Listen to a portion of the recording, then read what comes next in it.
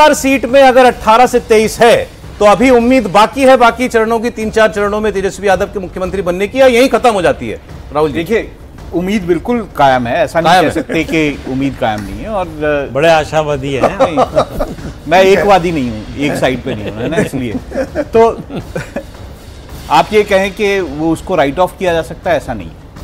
तेजस्वी यादव को अगर वो एक समय ऐसा था बिल्कुल 2-3 सीटों पे आ गए थे और उसके बाद जो है वो बढ़ते बढ़ते यहाँ आ गए, तो नेचुरली नहीं, बट राहुल जी अब इस बात पर आप एक आइडियोलॉजी इसको करिएगा, थेराइज करिएगा, लेकिन जब वो 22 सीट पर आ गए थे तो अगली बार उनको कंधा लगाया नीतीश कुमार ने, तो उनको 80 पर ले गए, और उसके अगली बार चिराग पासवान ने 6% वोट काटा, तब जीते। कोई स्थिति नहीं दिख रही है। बीजेपी से ज्यादा सीटें लेते हैं, अगर मैं दल वाइज कहता हूँ तो बीजेपी से ज्यादा। राहुल जी, मेरा प्रश्न जो था, मेरा ये कहना है कि राइट ऑफ बिहार की राजनीति में क्या आपने राइट ऑफ, राहुल जी, मेरा सवाल फिर आप समझे नहीं।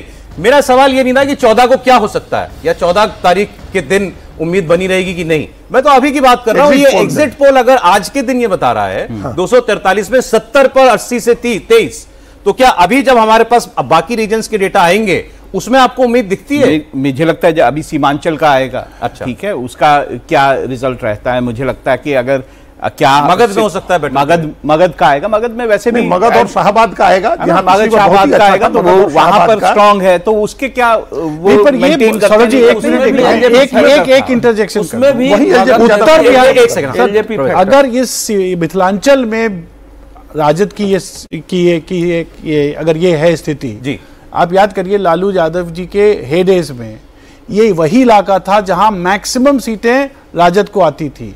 अगर वहां से ये डिक्लाइन है, हाँ, इसलिए डिक्लाइन है क्योंकि ये जो ईबीसी फॉर्मेशन जो नीतीश कुमार ने किया, और जो हम ये ना भूलें कि मोदी फैक्टर भी बिहार में है, और मोदी और ईबीसी का जो गठजोड़ जब हो जाता है तो मिथिलांचल में आपको रिजल्ट दिख रहा है। चलिए मैं दूसरा रीजन आपको दिखाई देता हूं। यही बात, इसी तरह की बात नीतीश कुमार ने कही थी जब जातीय जनगणना की बात हो रही थी। कह रहे थे ये तेजस्वी बहुत चिल्ला रहा है, मुझे लगता है जिस दिन हो जाएगी जातीय जनगणना ये रोएगा। बिल्कुल, मुझे लगता है जाति से ज्यादा जो 10,000 रुपए दिए हैं उसका बहुत ज्यादा असर है। अच्छा देखिए, दूसरा रीजन में आपके सामने रख देता हूं, फिर मुझे लगता है हमें पता चल जाएगा किसकी उम्मीद टूट गई है या बची हुई है। ठीक, तो बिहार का दूसरा प्रमुख क्षेत्र है भागलपुर, जिसे अंग या अंगिका भी कहते हैं। इस क्षेत्र में विधानसभा की 30 सीटें आती हैं, मतलब ये जब डेटा मैं आपको दे दूंगा तो 100 सीट का डेटा आ जाएगा हमारे सामने। अब इस क्षेत्र में भागलपुर, बांका, जमुई, मुंगेर, बेगूसराय ये जिले हैं। कुल सीटें हैं 30। 2020 में इस रीजन में एनडीए को चिराग पासवान की वजह से कुछ घाटा हुआ था।